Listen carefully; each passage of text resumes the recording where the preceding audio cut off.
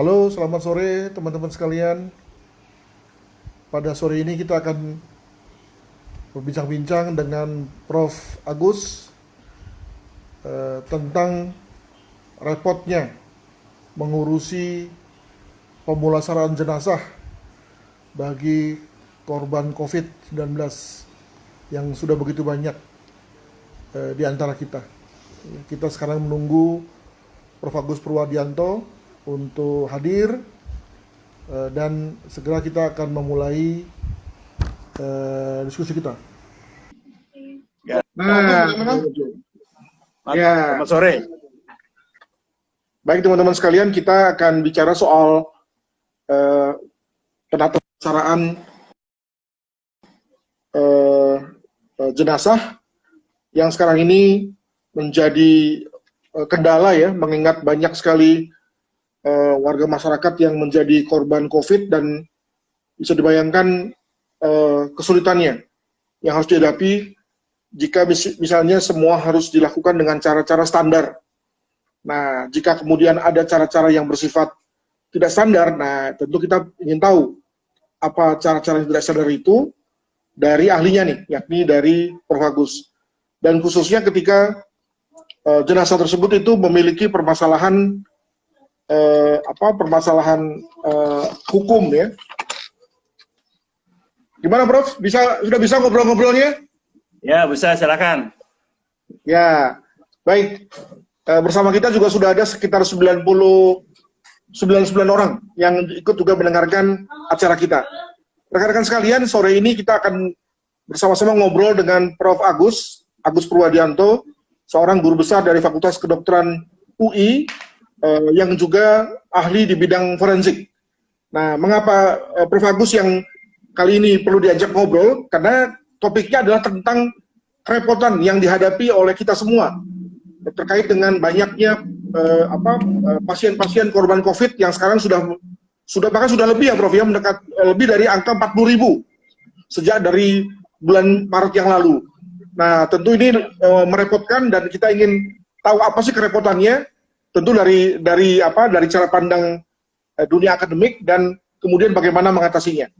Prof, untuk sementara saya mau tanya begini, Prof. Ini ada dua konsep yang banyak muncul, yakni tata laksana dan pemulasaraan. Penata laksanaan dan pemulasaraan itu bedanya apa, Prof ya? Sehingga kemudian lalu bisa menjadi pengetahuan bagi orang-orang umum. Silakan, Prof.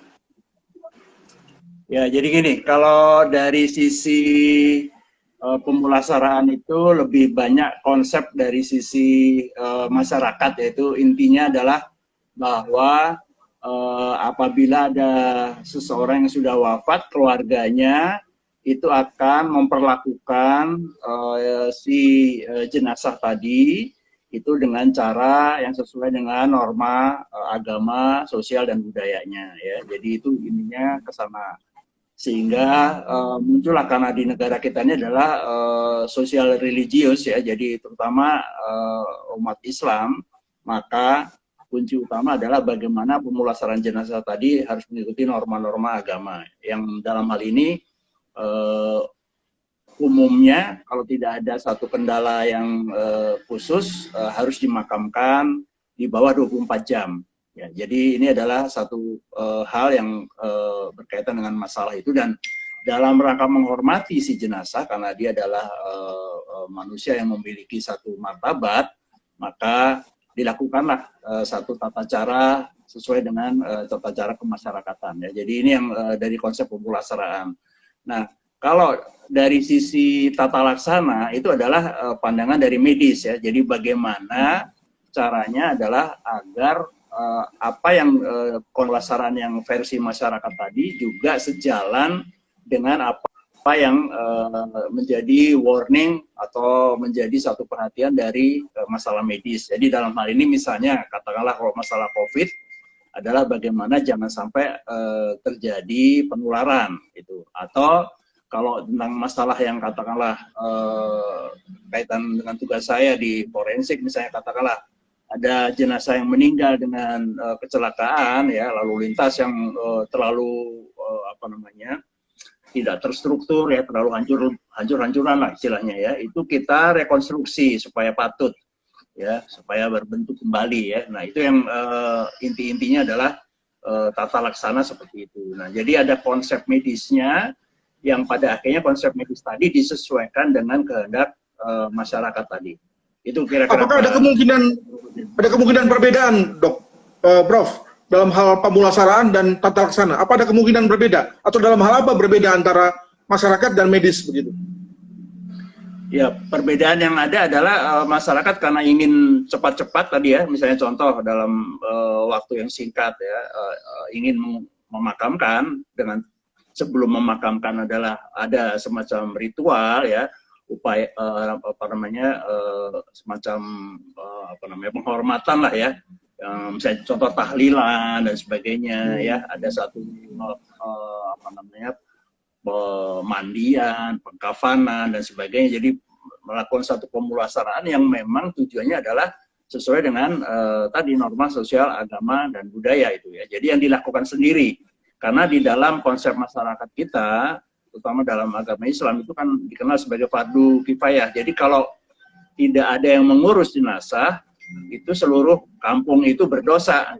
Nah, itu yang menjadi persoalan. Maka perhatian itu sangat besar ya, dan memang kita juga sama-sama lihat ketika proses kematian itu juga menimbulkan satu kedukaan, satu kehilangan yang sangat berat, dan bahkan kategori stresornya termasuk yang paling tinggi, itu akan menimbulkan hal-hal yang sifatnya juga khusus ya dari masyarakat. Maka di dalam katakanlah teman-teman dari Nasrani ketika ada yang wafat, maka ada istilah yang dinamakan keluarganya diberikan penghiburan. Nah ini adalah bagian-bagian sebenarnya istilah-istilah untuk lebih tepat ke arah penyesuaian terhadap norma sosial, budaya dan agama ya. Jadi bagaimana ada satu keseimbangan sosial di dalam satu kehilangan tadi yang menyebabkan masyarakat itu memiliki satu adaptasi. Nah, itu intinya pemulasaraan seperti itu. Nah, perbedaannya kembali lagi, kalau pandangan dokter kan dengan pandangan masyarakat kan bisa berbeda. Jadi sebagai contoh tadi kalau misalnya harus masyarakat meninggalnya caranya tidak wajar, nah, kan harus dilakukan pemeriksaan lebih dulu, gitu kan. Nah, pemeriksaan forensik kan memerlukan satu waktu, ya kan, dan juga harus ada urusan ke kepolisian dan sebagainya ya. Jadi untuk dipastikan karena memang sesuai dengan KUHP ya 133 KUHP itu kan memang yang berwenang untuk meminta masalah kejelasan proses kematian yang tidak wajar adalah dari pihak penyidik. Nah ini sebagai satu contoh ya, kan ada satu distraktor lain yang sifatnya membedakan ataupun mengalihkan dengan kehendak masyarakat yang dianggap kalau meninggal yang wajar ya. Jadi kalau meninggal di rumah, nah itu juga tata laksananya ada. Ketika ada petugas pemeriksa jenazah dari puskesmas juga harus hadir, gitu kan. Nah ini juga ada semacam interaksi ya dengan petugas medis, karena walau bagaimanapun surat keterangan kematian itu kan dibuat oleh petugas medis. Gitu kan. Nah ini yang tata laksana ini mencakup juga dari tadi ya kunjungan untuk memeriksa, ya, mengeluarkan surat keterangan kematian, dan menata laksanya apakah ada kematian wajar atau tidak wajar dan sebagainya ya. Dan juga yang utama adalah yang dari sisi rumah sakit itu adalah ada jeda waktu, ini yang perlu dipahami juga. Jadi nggak setiap kali meninggal di ruangan langsung otomatis bisa dibawa ke pemakaman, nggak bisa, ada proses.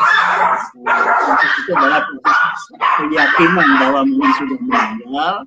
Ya, yang kedua adalah proses administratif ya, yang memang harus dilalui dari ruangan yang tempat perawatan, lalu kemudian didorong ke kamar jenazah. Nah ini adalah proses-proses yang tata laksana itu mencakup hal-hal seperti itu. Dok, Prof, sekarang situasinya adalah bahwa dengan adanya pandemi, di mana kemudian banyak sekali terjadi kematian, apalagi pada hari-hari ini di mana ya gampangnya WA itu kita penuh dengan berbagai berita duka ya, kematian dari orang-orang jauh maupun orang-orang dekat. Nah, kira-kira apakah kemudian lalu ada situasi di mana terjadi strategi pemulasaraan yang bersifat darurat, demikian juga tata laksana yang bersifat darurat, atau bagaimana, Prof? Agar kemudian lalu tidak ada kontingensi ya, tidak ada semacam kendala dalam rangka mengebumikan jenazah-jenazah ini secara patut, Dok? Apakah misalnya ada penyesuaian, dibuat ringkas, dibuat pendek, atau bagaimana sejauh ini, Prof? Ya, alhamdulillah memang kebetulan pemerintah DKI, ya, Pemda DKI itu sudah mendahului dengan satu katakanlah protokol ya yang diberlakukan di DKI. Memang dasar utamanya tadi adalah simplifikasi untuk prosedur tadi supaya ada satu kebersamaan, keserasian antara tata laksana dengan yang pemulasaraan tadi ya. Di pemerintah pusat juga kebetulan Menteri Kesehatan itu sudah mengeluarkan satu keputusan ya nomor 4834 ya 2021 baru saja ini ya yang berisi tentang protokol penata laksanaan pemulasaran dan pemakaman jenazah COVID ya. Dan ini memang simplifikasi. Jadi sebagai contoh perbedaannya adalah kalau dulu masih suasananya terkontrol ya di mana katakanlah kematian yang ada karena COVID itu masih berasal dari internal rumah sakit ya itu masih bisa terkendalikan. Tapi sekarang ini dengan fenomena bahwa rumah sakit sudah melewati batas kemampuannya, jadi lonjakan kapasitasnya sudah terlampaui ya, dan bahkan walaupun sudah dibuat rumah sakit darurat katakanlah ya, itu juga masih belum terlampaui. Dan sekarang fenomenanya seperti yang kita lihat hampir di semua detik di WhatsApp ataupun di medsos itu berita-berita kematian muncul, itu kan memang bisa kita duga karena akibat dari masyarakat yang menjalani isolasi mandiri. Jadi itu sudah terantisipasi ya dengan peraturan regulasi yang ada sudah. Dan itu dasarnya ada simplifikasi ya. Jadi bagaimana memang katakanlah diupayakan agar semua norma-norma sosial budaya tadi juga terpenuhi ya. Jadi mungkin bisa dijelaskan simplifikasinya di mana, Prof? Jadi sebagai contoh misalnya kalau yang awal itu karena dasar kewaspadaan kita bahwa jenazah COVID itu masih bisa menularkan ya, itu juga kita sangat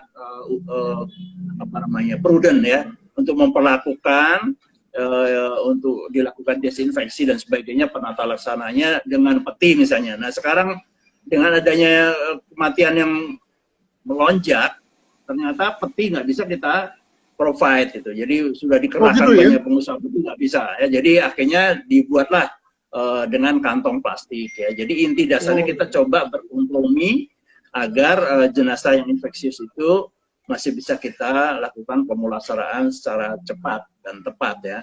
Itu sebagai salah satu contoh. Jadi prosedur-prosedur penata laksananya tetap ya. Jadi kita misalnya contoh melakukan desinfeksi ya, jenazah tadi yaitu lubang-lubang yang ada ya yang memungkinkan terjadi katakanlah karena mungkin istilahnya modifikasi ya ataupun intervensi pada jenazah tadi itu bisa menyebabkan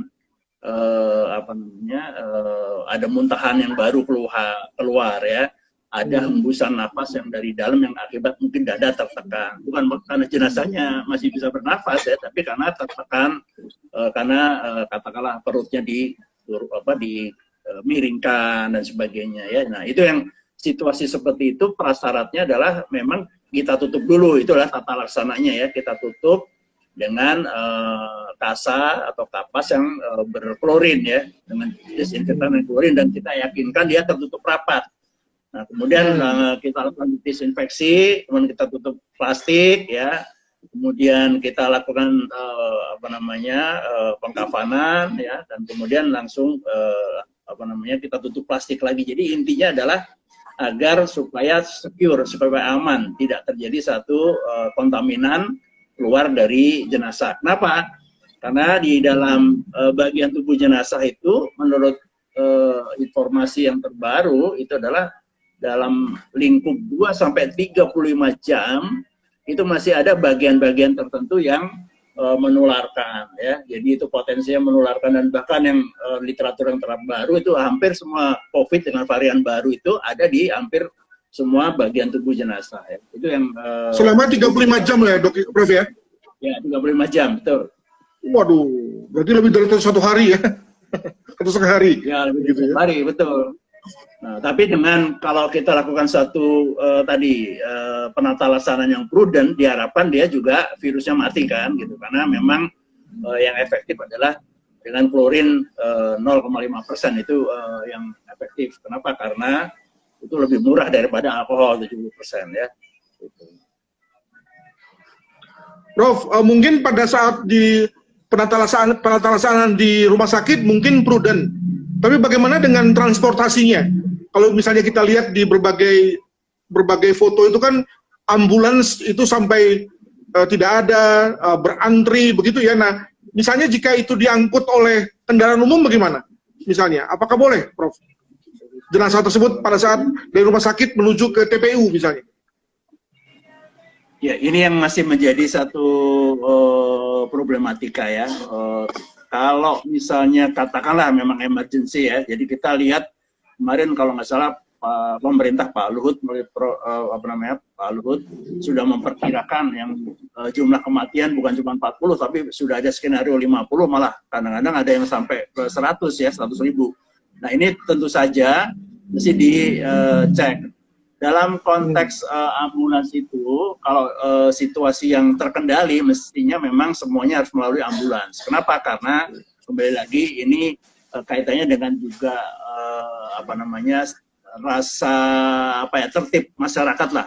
Kalau nanti hampir semua kendaraan ambulan ikut-ikutan, ini kan menjadi satu suasana yang chaos ya, jadi suasana yang tidak tertib. Gitu. Kecuali nanti ada katakanlah ditetapkan sebagai ambulan darurat, mungkin melalui pelang tertentu atau gimana, kita tidak tahu ya. Tapi pada dasarnya memang ini yang mesti menjadi satu masalah. Ini juga terjadi apakah nanti penumpukan jenazah itu ada di kamar jenazah rumah sakit ya, atau dia nanti akan di-polling di satu tempat di dekat TPU, dan sekarang TPU-nya juga sudah dibebaskan. Ini dulu kan TPU khusus, sekarang udah TPU yang pun juga udah boleh. Itu salah satu kelonggaran ya, karena ini juga kita nggak bisa terlalu banyak mengatur ya, itu karena memang akan terjadi stagnan nanti.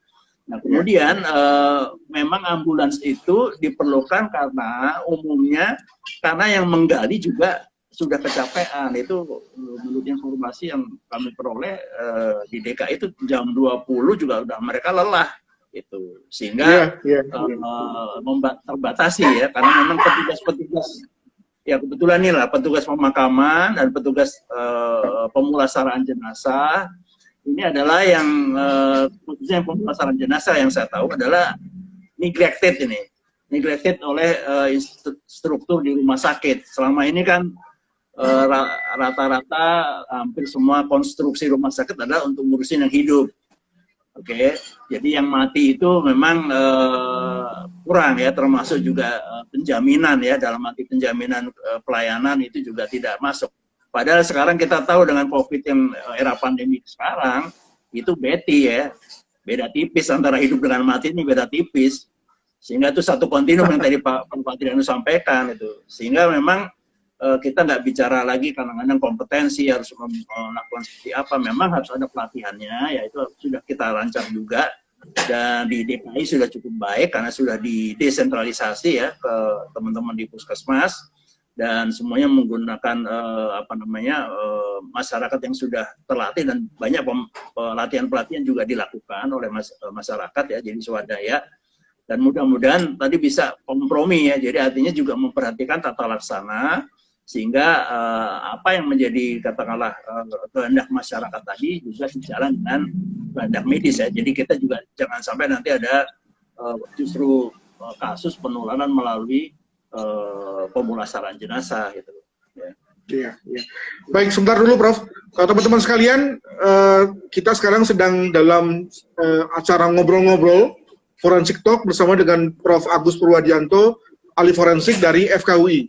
Topik kita adalah tentang kerepotan yang kita hadapi di masyarakat terkait dengan melonjaknya jumlah pasien yang meninggal khususnya dalam era pandemi ini, di mana kita misalnya melihat bahwa ambulans itu penuh, demikian juga TPU juga sekarang penuh dan seterusnya, sehingga tadi kita sudah bicara mengenai apakah ada pemulasaran yang bersifat singkat atau penata laksanaan yang bersifat singkat, dan kemudian oleh Prof. Agus dikatakan bahwa memang ada simplifikasi tanpa kemudian lalu mengurangi hakikat dan makna dalam rangka kita menghargai mereka yang pergi tersebut. Nah, Prof, saya mau bertanya lagi, karena sekarang ini kita bicara mengenai dalam konteks forensik ya, Prof ya. Kira-kira pernah nggak ada pengalaman di mana jenazah yang meninggal, di mana jenazah tersebut itu kemudian punya masalah yang kemudian lalu tadi harus didekati dengan masalah hukum, di mana kemudian konteks forensik main, ya, di mana dia harus diadakan pemeriksaan jenazah dulu dan seterusnya, sehingga kemudian tidak bisa langsung buru-buru dimakamkan. Apakah pernah ada masalah seperti itu dok, Prof? Maaf. Ya, jadi ini selalu, karena itu kan satu koin dua sisi ya, satu koin dua sisi, di mana semua kematian yang menimbulkan syak, prasangka, tetap harus dipertimbangkan adanya kemungkinan unsur-unsur kejahatan yang ada di situ ya, yang kejahatan nyawa manusia ya, itu prinsip. Oleh karena itu kami di forensik menerjemahkannya adalah kami melihat apakah cara kematian yang ada itu adalah memang wajar, itu karena penyakit dalam hal ini COVID gitu ya, atau karena ada yang tidak wajar. Jadi misalnya karena memang tadi pembunuhan atau bunuh diri atau kecelakaan ya. Jadi itu yang ada. Nah, itu memang intervensi ataupun interaksi yang ada dari itu tetap kita lakukan. Oleh karena itu dalam konteks sekarang ini pun dengan protokol yang diterbitkan oleh Dinas Kesehatan DKI maupun yang oleh Menteri, jadi tetap saja ada screening untuk apakah ada tanda-tanda kekerasan atau tidak. Jadi itu yang kita lihat di dalam pemeriksaan luar jenazah. Nah, kalau memang ada, berarti itu akan ada perlakuan yang khusus tentu saja ya. Nah, memang belum sampai detail ketika nanti katakanlah ini meninggalnya di isoman gitu kan, isolasi mandiri, tapi ternyata sebelumnya memang ada katakanlah perkelahian ataupun mungkin ada kekerasan dan sebagainya. Jadi inti dasarnya yang diatur di dalam pemulasaran ini adalah yang tidak ada tanda-tanda kekerasan. Gitu. Jadi kalau memang ada tanda-tanda kekerasan, memang tetap akan dilakukan satu proses pemeriksaan forensik di rumah sakit yang memiliki kompetensi untuk itu. Ya. Jadi selama ini belum pernah ada dok ya, Prof ya? Belum terlaporkan, masalahnya kan ini. Jadi belum terlaporkan karena kemungkinan sama-sama petugas kepolisian maupun masyarakat dan sebagainya juga tidak bisa secara teliti ketika ada yang meninggal dengan satu isolasi mandiri terus datang gitu ya, kecuali kalau memang mereka yang sudah terbiasa dengan menangani masalah ini dengan satu alat pelindung diri yang cukup memadai gitu ya. Nah ini yang problemnya di situ nanti ya, dari masyarakat kita. Dari kasus yang tahun lalu memang ada yang akhirnya tidak terdeteksi, akhirnya itu membusuk ya. Jadi dilaporkan dalam posisi yang sudah membusuk lanjut. Nah, itu akhirnya masyarakat terganggu sekitarnya karena ada bau yang menyengat lah. Nah, itu baru turun itu. Nah, diharapkan fenomena-fenomena seperti itu tidak terjadi ya. Nah, oleh karena itu dalam konteks ini perlu kami sadarkan ke teman-teman kesehatan ya, khususnya otoritas kesehatan masyarakat yang memang bertugas dan juga para pengurus RT RW, bahwa di dalam kontak tracing dan sebagainya jangan dilupakan memang keketatan ataupun akurasi data tadi juga dikaitkan dengan tadi responsiveness ya. Jadi memang kan tiap hari dipantau itu oleh teman-teman dari Puskesmas, ada isolasi mandiri ya. Halo, bisa tiap hari, gimana nih kabarnya, selamat siang gitu. Nah kalau udah begitu nggak respon, nah itu mesti dicurigain ya. Apakah memang dia dirujuk ke rumah sakit atau dia memang tidak respon karena memang dia sudah meninggalkan dunia ini gitu. Nah ini yang menjadi salah satu PR tambahan agar fenomena-fenomena tadi mengganggu lingkungan sekitar karena karena sudah jasadnya sudah membusuk lanjut, itu bisa kita kurangi. Dan ini adalah bagian dari sebenarnya penghormatan kita pada manusia, sesama manusia kita, karena kita pun juga tidak tahu apakah kita akan mengalami nasib seperti itu atau tidak kan gitu. Jadi ini adalah bagian yang mestinya masuk di dalam satu pemahaman bersama lah gitu. Dan mudah-mudahan nanti secara bertahap regulasi-regulasi yang ada juga cukup responsif mengatur hal yang demikian ya. Walaupun mungkin saat ini belum terbayangkan ya. Iya. Teman-teman, nanti jika ada yang mau bergabung, saya akan undang 2-3 orang. Namun sebelumnya saya mau tanya satu hal, Prof. Saya kira, saya bayangkan kalau misalnya diadakan pemeriksaan dalam bagi jenazah yang COVID, itu tentu APD-nya minta ampun ya, Dok ya, Prof ya, bagi Ya. dokter yang memeriksa begitu ya. Kenapa sih dia kan menular tuh, Prof? Ya, justru itu yang perlu kami sadarkan juga, bahwa risiko dari dokter spesialis forensik sama seperti risiko dokter spesialis yang lain gitu. Dan kita menghadapi sesuatu yang kadang-kadang membuat kita jadi tidak waspada. Kenapa tadi ada fenomena yang isolman tadi, dari meninggal di rumah dan sebagainya, yang selama ini mungkin kita berpikiran meninggal karena mati serangan jantung, ya, mati karena katakanlah diare dan sebagainya, atau mati karena TBC, ya. Ini kita berpikir harus nambah lagi kosakata kita gitu ya. Jadi itu yang perlu disampaikan, bahwa perangkat otopsi dan sebagainya itu perlu ya. Dan alhamdulillah di beberapa rumah sakit ya, kita dengan cara yang minimum kita sudah lakukan lah ya. Ada semacam untuk mensterilkan ruangan tadi ya. Walaupun belum sepenuhnya. Jadi kalau kita melihat struktur yang benar untuk otopsi itu, ya harus ada ruangan yang mirip kayak seperti ruangan operasi di rumah sakit. Ada yang menggunakan tekanan negatif gitu, dengan filter tertentu ya, HEPAC tertentu yang sangat khusus, karena walau bagaimanapun kembali lagi fenomena ini risikonya sama. Dan mudah-mudahan pemahaman ini juga dipahami oleh teman-teman pelayanan kesehatan yang lain ya. Tapi Prof, tadi kan Prof bilang bahwa setelah 35 jam, lalu jenazah COVID tidak lagi menular. Berarti kalau misalnya setelah 35 jam diadakan otopsi, nggak masalah dong, begitu? Ya ini pertanyaan awam saja. Ya itu 35 jam kan sudah busuk Pak, kalau di tempat yang biasa. Nah kalau dia ada di refrigerator ya, disimpan, nah ini kan persoalannya kan pembiayaan lagi. Berapa banyak kita perlu freezer untuk kita masukkan ke situ, dan ini infrastruktur kita belum punya Pak. Jadi ini yang jadi problematika kita di situ. Ya, jadi mungkin ini juga satu kabar yang kabar dalam tanda kutip baik bagi pelaku kejahatan ini, kalau berbuat kejahatan pada hari-hari ini dan kemudian mengakibatkan korban mati bisa lewat ini ya Prof ya. Ya, itu urus saya Prof Adri itu nanti tuh bagaimana caranya ya. Memang apalagi kalau ditingkat dengan kejahatan asuransi nanti akan lebih banyak lagi nih persoalannya. Iya. Baik Prof, kita mengundang beberapa teman ya. Ini siapa nih yang sudah hadir nih?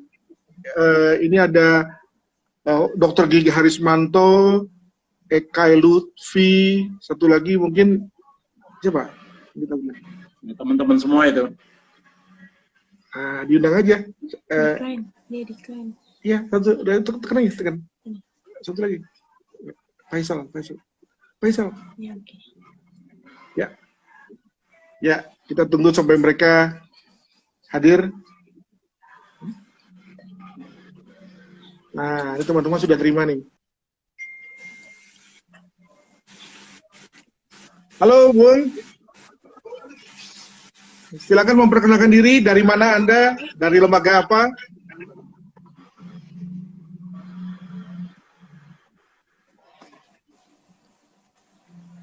Belum ada suaranya tuh.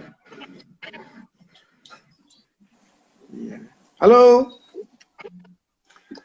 Di sini ada teman-teman saya yang jago-jago juga, jadi nanti bisa saja kalau saya nggak bisa menjawab secara teknis, saya akan minta tolong teman-teman di sini, walaupun junior tapi jago-jago tuh, ya nanti saya akan minta tolong pada mereka. Mungkin jago Prof, tapi mereka mana berani melawan Profnya, itu yang jadi masalah ini. Kualat nanti katanya. Ayo silakan, siapa nih yang sudah masuk nih? Ayo memperkenalkan diri dan sekaligus apa yang mau disampaikan kepada Prof Agus.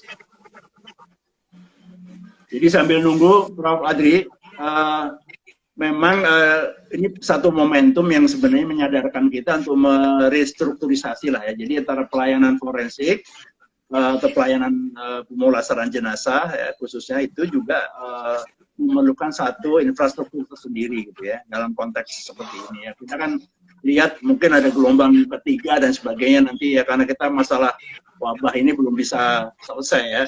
Nah, oleh karena itu juga bagian dari yang utama justru ketika masyarakat berduka umumnya ingin menumpahkan semua emosi kedukaannya itu, juga tetap jangan lupa protokol kesehatan. Nah, ini yang menjadi satu hal yang khusus ya. Dan juga memang katakanlah tadi petugas-petugas kita mestinya sudah ada cadangan-cadangannya. Jadi yang menjadi problem di kita adalah bagaimana relawan itu tidak hanya pada yang hidup gitu loh. Relawan itu juga pada yang ngurusin yang sudah meninggal ini gitu ya. Karena tidak kalah mulianya lah menolong yang sudah meninggal ini, tidak kalah mulianya dengan menolong yang masih hidup. Nah, ini yang perlu kami sampaikan. Silakan kepada Pak Faisal dan Pak Raditya. Eka Lutfi dan Faisal, silakan. Sudah masuk ini Anda?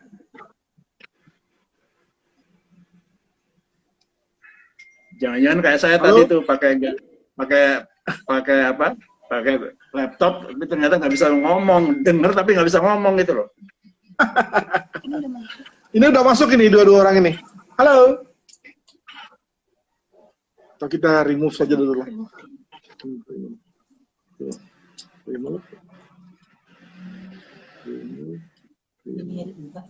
Tadi lihat siapa tadi? Itu boleh. Boleh. Satu lagi dokter siapa? Nah, kita undang yang lain deh. Mungkin bisa komunikasi.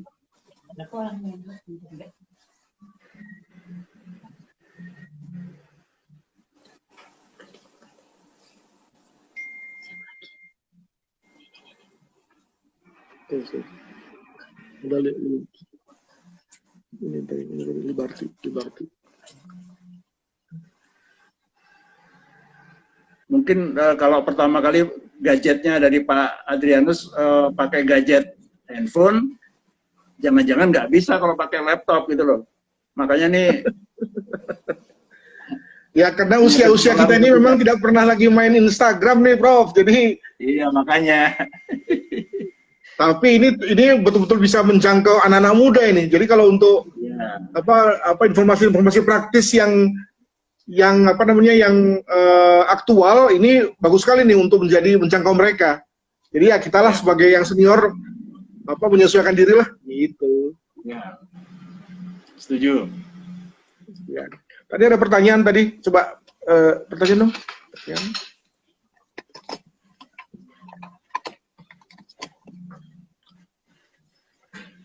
Ada pertanyaan dari saudara dari Golden Forest ini, Prof. Izin tanya, Prof. APD pemulasaraan tidak dengan hazmat ya, berdasarkan peraturan Kemenkes. Nah itu gimana, Prof? Jawabnya? Jadi gini, pemulasaraan itu kan kembali lagi ya, kalau sudah dilakukan tata laksana dengan baik ya istilahnya, dengan tadi end produknya adalah peti atau sekarang boleh dimudahkan dengan kantong plastik ya yang ada cantelannya ya. Jadi ada cantelannya itu supaya kalau pada orang Islam itu atau pada waktu menguburkan di tanah itu kan langsung dengan cantelan tadi, cantolan yang ada di peti di kantong plastik tadi itu menurunkannya tidak akan mempengaruhi orang yang menggendong jenazah lebih dulu yang di bawah ya. Kalau kita lihat proses pemakaman kan gitu ya. Nah kalau yang membopong jenazah itu masih memungkinkan cairan dari dalam tuh keluar. Itu yang menjadi warning kita. Nah oleh karena itu intinya adalah untuk APD di pemulasaraan jenazah adalah tergantung tadinya fungsinya ya. Fungsinya adalah kalau dia memang teknis yang ada di rumah sakit, ya dia tentu saja harus yang lengkap ya. Itu kenapa? Karena dia harus kontaknya dengan yang infeksius ya dari cairan tubuh, ya, yang keluar dari lubang-lubang nada tadi ya, termasuk juga lubang anus ya, ini mohon dicatat ya, itu juga apa namanya sangat urgent, sangat kemungkinan sangat ketat ya, kemungkinannya sangat besar. Nah, kalau yang di pemakaman memang dia karena sudah ditreat dengan cara yang pemulasaran yang baik, insya Allah ya dia dengan APD yang level sederhana, jadi masker, ya, kemudian juga apa namanya gaun yang di depan itu ya, jadi yang semacam penapis plastik yang di depan, gitu ya, itu menurut saya sudah cukup ya. Tapi dengan catatan memang betul-betul sudah ditata laksanai secara baik ya. Nah, problemnya kalau di isolman ini, isolasi mandiri, tidak tertata laksana secara baik ya, nah ini yang menjadi satu masalah. Nah, ini yang jadi crucial point-nya. Jadi titik ininya adalah di situ, titik krusialnya. Ya. Nah, teman-teman baik, di sini sudah hadir, sudah hadir nanti. Oh ya, sudah hadir Ibu Raditya. Silakan Bu, kalau ada yang mau ditanyakan kepada Prof. Agus.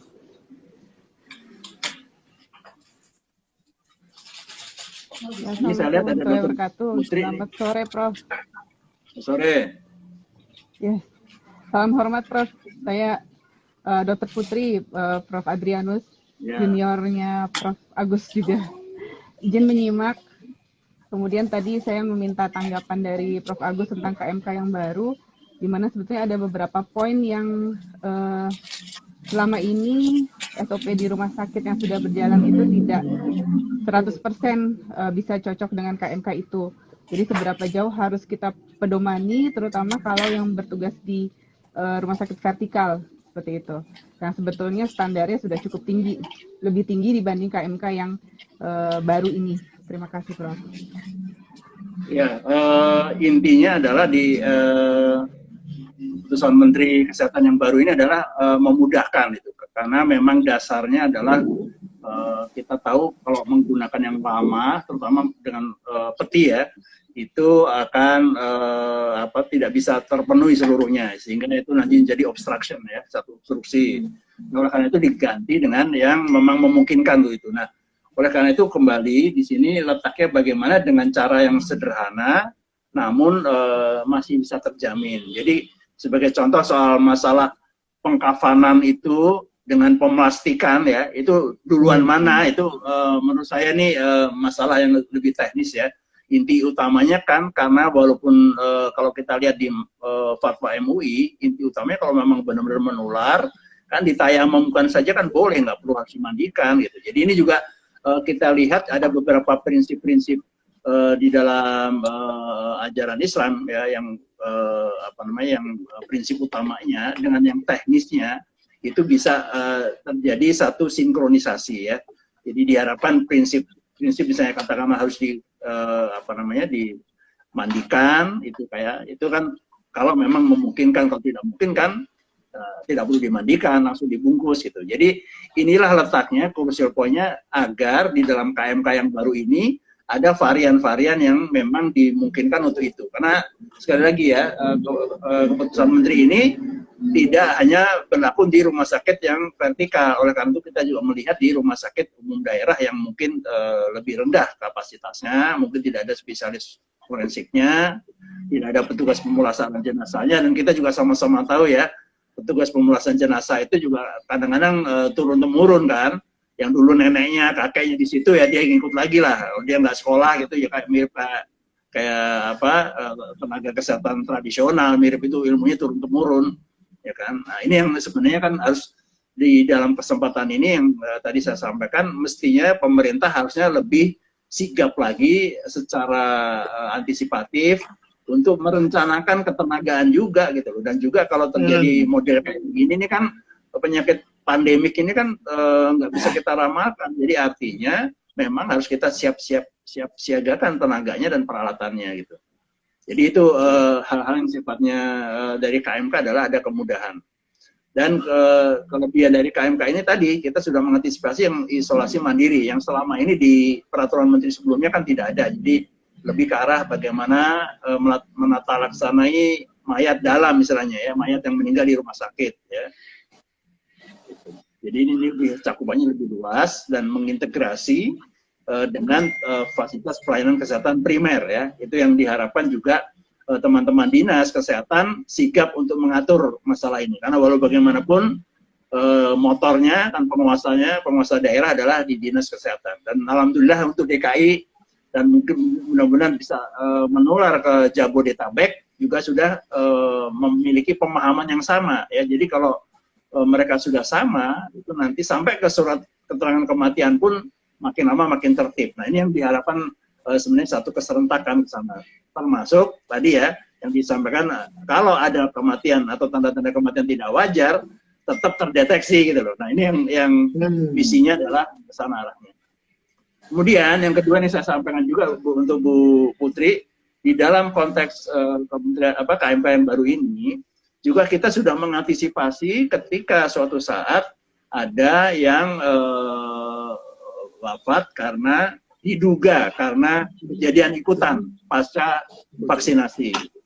Dan ini sudah ada kasusnya ya, dan itu sudah kita selesaikan juga kasusnya. Dan alhamdulillah karena saya kebetulan jadi salah satu anggota di Komite Nasional untuk penanggulangan KIPI itu hal kayak gini ini akan kita address. Jadi dimungkinkan ada ketentuan otopsi klinis. Ya, ini kalau memang suatu saat terkendali. Jadi ini ada hikmahnya ya. Hikmahnya dari keputusan Menteri yang baru ini, hikmahnya adalah secara terobosan katakanlah hukum, itu pengakuan otopsi klinis ada. Yang sebelum-sebelumnya nggak ada itu. Nah, jadi ini adalah bagian yang sebenarnya jadi pemulasaraan ini juga berlaku bagi yang katakanlah jenazah yang di rumah sakit apabila diperlukan adanya otopsi klinis ya, atau yang di luar rumah sakit apabila diperlukan otopsi klinis dan mediko legal tadi ya Pak Prof Adri tadi sampaikan itu bisa kita lakukan. Jadi ini dasarnya secara teknis cukup kuat untuk melengkapi yang peraturan-peraturan sebelumnya termasuk yang di KUHAP. Ya. Prof, ini ada pertanyaan nih dari Ferdian Marta Dinata, warga Bondowoso membuka peti memandikan memandikan, menyalatkan dan memakamkan secara normal, padahal itu adalah jenazah COVID. Nah, itu bagaimana, Prof? Tentu bukan hanya secara medis, tapi juga bagaimana secara hukum nih kalau sudah begini nih, Prof? Ya, jadi tadi bahwa hukum pada kondisi yang normal tidak serta-merta berlaku untuk hukum yang kondisi yang pandemik. Itu yang perlu disadari dari awal. Kenapa? Karena walau bagaimanapun kan aturan-aturan yang dipakai adalah dalam rangka melindungi kemaslahatan yang hidup, ya kan? Karena kita tahu secara syariah, misalnya secara ketentuannya bahwa jenazah masih berpotensi menularkan. Itu kan perlu dipahami dari awal. Jadi kalaupun ada anggapan-anggapan yang keliru, asumsi dasarnya keliru bahwa kalau jenazah tidak menularkan, jenazah COVID tidak menularkan, terus akhirnya mereka yang melayat ataupun mereka yang takziah ataupun mereka yang memulasara itu tadi tidak waspada. Nah, ini yang menjadi mudaratnya lebih besar gitu loh. Nah, sehingga ketidaktahuan ini tetap harus dicoba dikurangi lah ya gitu. Jadi jangan juga katakanlah terlalu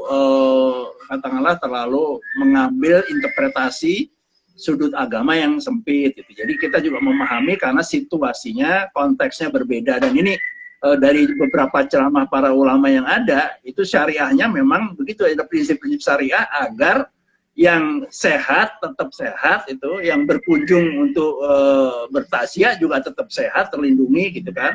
Tapi yang wafat tidak kehilangan martabatnya untuk kita lakukan sesuai dengan fardu kifayahnya. Itu kan gitu ya. Itu ada keseimbangan. Ya. Prof, ini karena di antara kita ini banyak sekali yang hadir itu adalah mahasiswa dari kepolisian ini, dari PTIK. Mungkin bisa diberikan semacam informasi, Prof. Jadi dari semua hal yang tadi Prof katakan, apalagi juga terkait dengan penyesuaian yang harus dilakukan dewasa ini, itu polisi ada di mana ini? Jangan sampai polisi nggak tahu sama sekali, sehingga kemudian ketika ada jenazah yang sebetulnya ada konteks hukumnya, kemudian lalu main ambil saja, main pegang saja, dan ujungnya polisi yang kemudian menjadi terpapar juga. Nah, bagaimana Prof tentang hal ini? Silakan. Jadi pertama saya harus ucapkan salut dulu untuk teman-teman kepolisian sama seperti tenaga kesehatan karena pengabdiannya di era pandemi itu sangat hebat ya. Itu kita tidak tidak ragukan.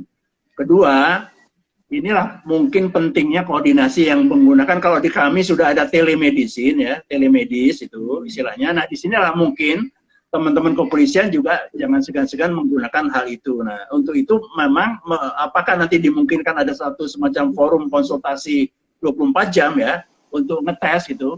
Ketika teman-teman mungkin di lapangan menemukan sambil difoto gitu, dilihat katakanlah ada katakanlah tanda-tanda kekerasan yang mungkin tertafsirkan ada kemungkinan unsur kejahatan ya, itu juga bisa difoto lebih dulu, kemudian kita koordinasikan. Nah, hal-hal yang seperti ini adalah saling asa-asa untuk membuat satu new system ya.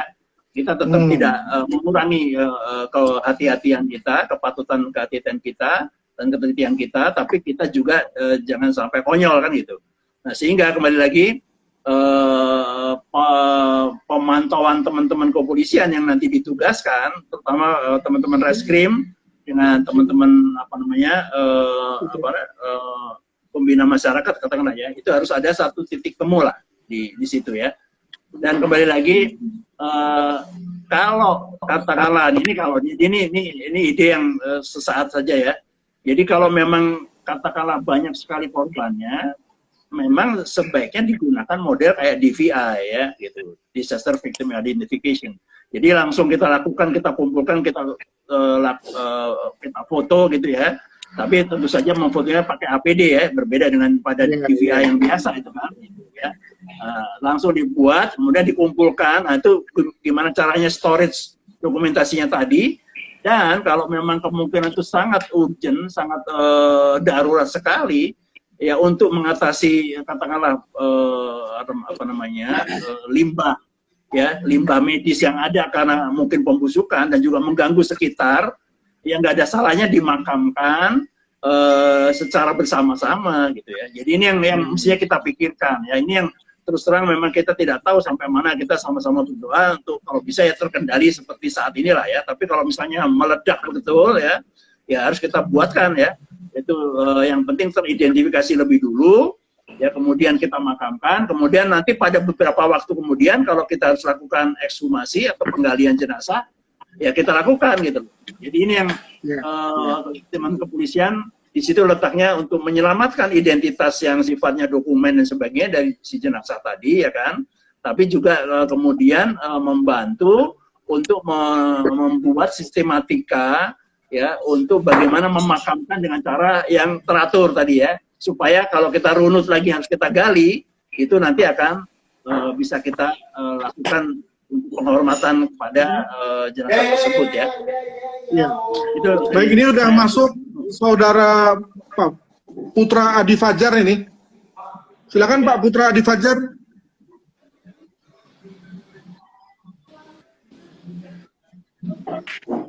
Putra Adi Fajar, silakan. Tadi sudah masuk sebentar. Udah tinggal ini. Ini saja.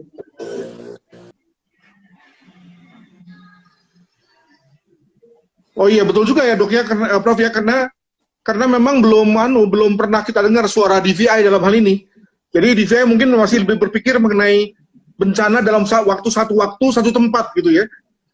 Contoh misalnya bencana pesawat terbang. Nah, ketika bicara mengenai bencana dalam konteks seperti ini, kelihatannya DVI memang harus membuat satu konstruksi pemahaman ya, sehingga kemudian mereka juga bisa bekerja, diaktifkan dan tidak idle seperti sekarang ini. Saya lihat bahwa memang DVI-nya agak idle ini dari segi fungsinya gitu ya. Nah, kalau misalnya mereka juga bekerja kan bagus sekali. Oke, sudah hadir siapa nih? Sudah hadir Azharul Yusri. Silakan Mas Azharul Yusri. Prof, mau nanya, Prof. Ya, siap. Kalau penguburan jenazah itu kan pakai APD level 3. Padahal kan jenazahnya sudah dibungkus plastik, udah masukkan peti. Gimana menurut Prof? Mohon penjelasannya, Prof. Terima kasih, Prof. Justru itu yang tadi saya sampaikan, artinya itu bisa diturunkan sekarang. Karena memang itu yang coba dikoreksi dengan KMK yang baru. diharapkan kalau hanya petugas pemakaman saja cukup level 2 ya gitu. Ya, paling tinggi lah gitu. Jadi level 2. Tapi dengan catatan memang, nah ini yang kuncinya, apakah diperlukan juga semacam tanda dari surat keterangan kematian itu yang disertakan juga ada semacam surat keterangan penata laksanaan. Ini yang menurut saya dalam perkembangannya mungkin diperlukan ya. Jadi ada semacam katakanlah surat keterangan medis lah ya, tambahan dari surat keterangan kematian ya, yang menyampaikan bahwa ini sudah dilakukan tata laksana dengan proper, sehingga memudahkan teman-teman di pemakaman, termasuk di kremasi, petugas kremasi itu juga menggunakan yang lebih simpel gitu kan. Gitu. Tapi kemudian lagi saya harus berdisklaim ya bahwa problematika yang ada memang antara dari potensi jenazah yang menularkan dengan potensi kerumunan yang orang-orang datang. Nah ini tetap masih lebih besar potensi kerumunan gitu loh. Ini yang perlu dipahami dari awal ya, gitu. Sehingga kembali lagi soal prokes, jaga jarak dan sebagainya. Kita tahu di sekarang varian Delta itu kalau kerumunan lebih dari 5 orang itu dalam 1 menit itu sudah kemungkinan 1 orang yang kalau ada OTG bisa nularin. Bisa ya? Terutama di ruang tertutup gitu. Ya. Nah, ini yang perlu dipahami ya. Ya, baik, ini ada Bung Novadri. Silakan Bung, tadi sudah membuat chat, tapi kayaknya lebih bagus kalau Anda ngomong langsung kepada Prof. Agus. Silakan Bung.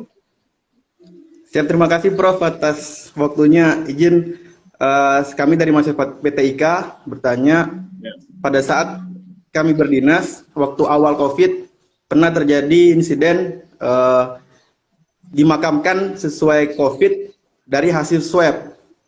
Namun PCR-nya ternyata negatif, Prof. Ya. Nah, ini biasanya menjadi situasi yang konflik di masyarakat, Prof. Sehingga kami kadang harus melakukan hal-hal yang perlu dilakukan, Prof. Seperti menenangkan warga atau seperti apa. Namun, bagaimana upaya tim Satgas dalam menangani hal seperti ini, Prof? Itu terjadi pada awal-awal COVID, Prof, di wilayah Sulawesi. Karena mengingat lab-nya hanya ada di Makassar, Prof. Siap. Ya, ini PR bersama kita semua, karena saya kebetulan mantan Kepala Badan Litbang Kesehatan waktu itu. Jadi memang pada saat flu burung dulu, itu memang kita kendalikan betul lab-lab yang ada. Tapi pada akhirnya ketika situasinya pandemi kan nggak bisa. Jadi akhirnya dibebaskan ya. Akhirnya semuanya dibebaskan untuk masyarakat pun juga mendatangkan impor tertentu dari reagen-reagen dan sebagainya. Nah sekarang ini situasinya dalam rangka mau ditertibkan, kemudian muncul lagi pandemik. Nah ini yang terjadi pada saat ini. Tetap harusnya lab yang dilakukan sebagai rujukan adalah lab yang memang dapat rekomendasi dari Badan Litbang. Itu udah ada kalau nggak salah sekitar 370-an lab lah ya se-Indonesia. Nah itu perlu dipahami. Nah kalau memang situasinya dikaitan dengan tadi yang disampaikan, itu memang begini Pak. Lab itu memakan waktu untuk diketahui hasilnya ya. Dan ini juga satu diantaranya, kembali lagi saya harus sampaikan, kadang-kadang ada satu pembedaan. Petugas-petugas teknisi lab ini kan juga harusnya disematkan sebagai pahlawan kan, dan dipikirkan juga regenerasinya gitu kan. Itu. Ya, karena mereka juga kerja udah 24 jam juga Pak ya. Itu. Tapi ini di bawah permukaan ya. Nah, jadi ini juga jadi satu persoalan. Nah, untuk yang diacu adalah di rumah sakit memang diperbolehkan secara klinis. Secara klinis itu artinya berdasarkan gejala yang ada, ya, misalnya sesak napas, demam, itu ya. Kemudian dengan pemeriksaan lab tertentu, dengan ronsen yang lebih simpel, nanti ketahuan di situ ya berapa banyak katakanlah radang paru-parunya, ya. Itu sudah bisa ditegakkan secara klinis, ya, secara klinis. Ya. Kenapa? Kalau itu terlambat, juga menjadi si malakama, pasiennya mati itu kan kalau nggak ditangani. Contoh sekarang oksigen ya kan, kalau dulu oksigen belum muncul, kenapa? Karena dia di bawah permukaan oksigen itu, kalah dengan aura dari obat-obat lain lah ya yang muncul-muncul, yang terakhirnya kan ivermectin dan sebagainya ya itu. Nah Jadi ada treatment yang sifatnya obat, ada yang bukan obat, termasuk dan ada terapi yang lain-lain yaitu oksigen. Nah, oksigen itu juga banyak membantu, Pak. Makanya sekarang kalau Bapak lihat oksigen kenapa agak susah, kenapa? Masyarakat udah tahu. Dia nyediain juga di lingkup pribadinya itu. Jadi ada kayak semacam rumah sakit mini di rumah masing-masing pribadi nih. Nah, jadi kembali lagi, rumah sakit tugasnya adalah dia tidak bisa melewatkan begitu saja kalau ada orang yang datang dengan sesuai klinisnya terus didiemin, itu nggak bisa. Jadi paling tidak dia harus lakukan satu tindakan, kan gitu, sambil menunggu hasil lab. Oke, nah problem yang awal seperti itu. Jadi ini tergantung kapasitas rumah sakit, Pak. Kalau kapasitasnya pas lagi meledak kayak begini, ya masukin dulu yang penting. Berjajar nggak apa-apa di IGD, makanya jangan kaget itu dijajarin di IGD kan, dikasih satu treatment yang sesuai dengan kondisi klinisnya. Tapi begitu ada yang lebih berat, memungkinkan ada di HCU atau di ICU, dia akan dipindahkan. Tapi kalau udah penuh juga ya nggak bisa udah. Nah, ini yang menjadi problem kita, Pak, situ ya. Nah, PCR kembali lagi memang lagi dicari teknologinya supaya bisa cepat ya. Yang tadi ya, karena tetap gold standarnya adalah PCR. Jadi akan hanya tadi, ketika masih posisinya klinis, dia memberat, kemudian meninggal, hasil labnya belum diperiksa. Oke. Atau sudah diperiksa tapi belum keluar hasilnya. Ternyata dia meninggal, terus hasilnya negatif, gitu kan? Nah, ingat Pak, bahwa yang meninggal di rumah sakit besar tidak selamanya karena COVID. Oke, karena dia dari mulai udah ada jantungnya, sakit jantung, dari mulai udah ada kankernya, udah ada perdarahan misalnya. Nah, itu kan nggak bisa kita apa-apain, Pak. Jadi kalau meninggalnya karena non-COVID, ya kan, terus tapi dia ada pernah kontak misalnya, atau klinisnya sesak gitu, yang belum tentu COVID, karena dia asma misalnya, gitu kan. Nah, itu kan tetap harus kita perlakukan sebagai COVID. Oke, nah ini inilah yang mestinya dijelaskan secara cukup bijak oleh rumah sakit. Itu yang kami sebenarnya juga waktu itu sudah mengusulkan teman-teman perhimpunan dokter forensik ya, untuk diagnosisnya lebih tertib lagi satu ya. Kemudian dalam rangka kalau kita ada kesulitan diagnosis, nah itu dikemukakan. Itulah kita juga usul waktu itu di tiap rumah sakit ada yang namanya ruangan khusus untuk family meeting. Jadi silahkan keluarga ya yang bertanya berdasarkan dia googling, berdasarkan pengalaman sebelumnya dan sebagainya, ya dia bertanya ke petugas-petugas rumah sakit. Nah, untuk supaya penjelasannya seperti apa, gitu.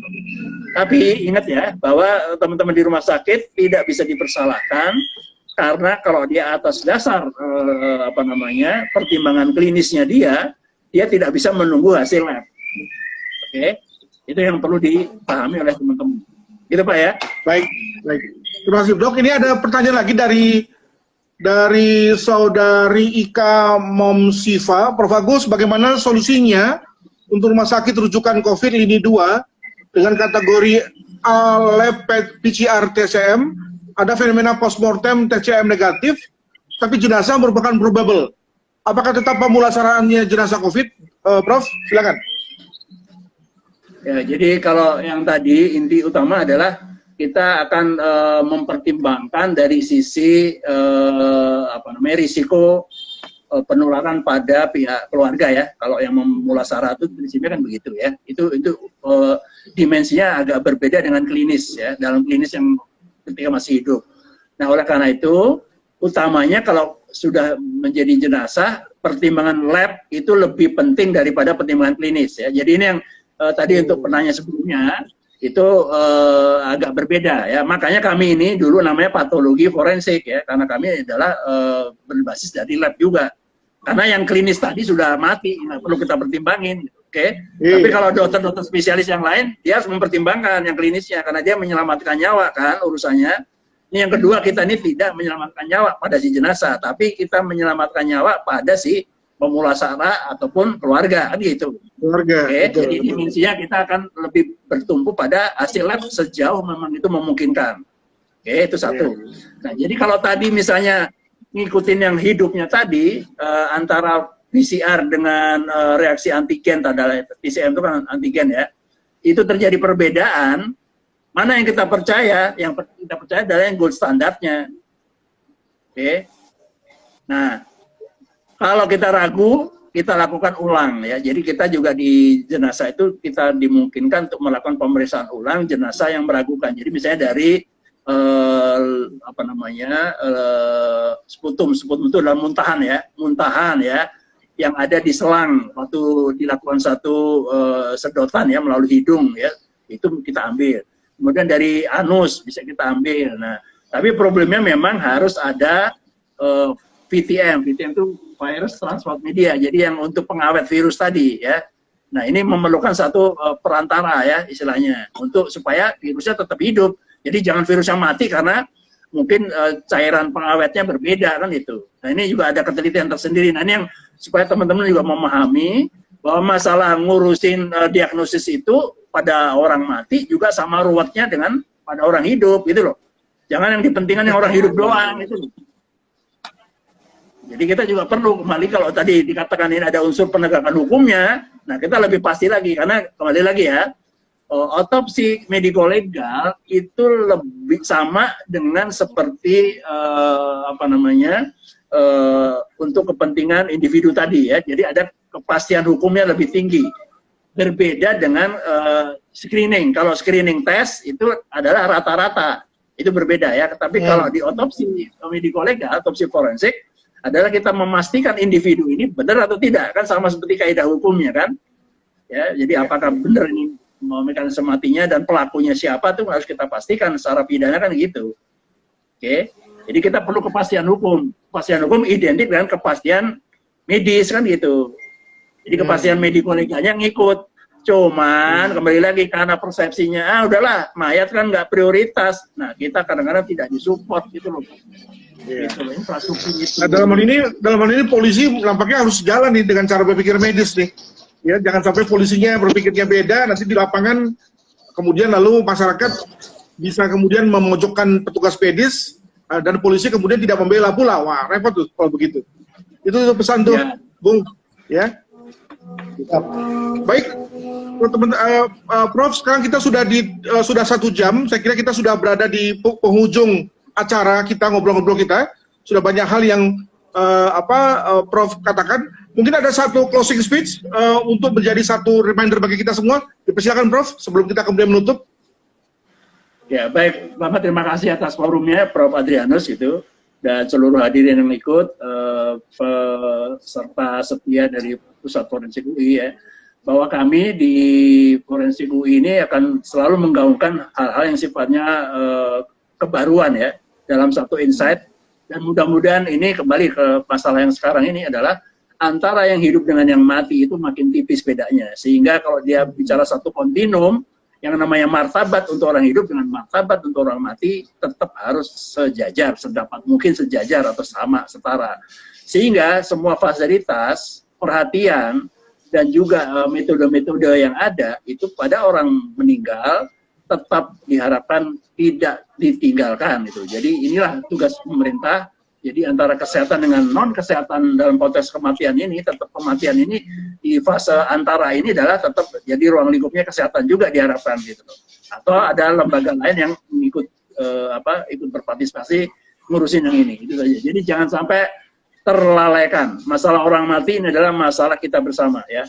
Karena walau gimana pun kita bisa bayangkan suatu saat kalau kita dalam posisi yang seperti itu, kita pengennya diapain sih? Kan pasti diperlakukan secara bermartabat dan terhormat. Ini juga dipelajari di bioetika ya. Jadi mati secara bermartabat itu adalah bagian dari unsur kemanusiaan. Terima kasih Prof Adrianus. Baik, terima kasih Prof Agus dan juga teman-teman sekalian. Terima kasih. Kita akhiri acara-acara ngobrol kita dalam Forensik Talk. Selamat malam. Sampai jumpa di acara yang berikutnya. Bye-bye. Mari kita melambaikan tangan. Sehat-sehat selalu. Sampai jumpa pada kesempatan yang lain. Bye-bye. Mohon maaf kalau ada yang kurang berkenan. Assalamualaikum warahmatullahi wabarakatuh. Waalaikumsalam.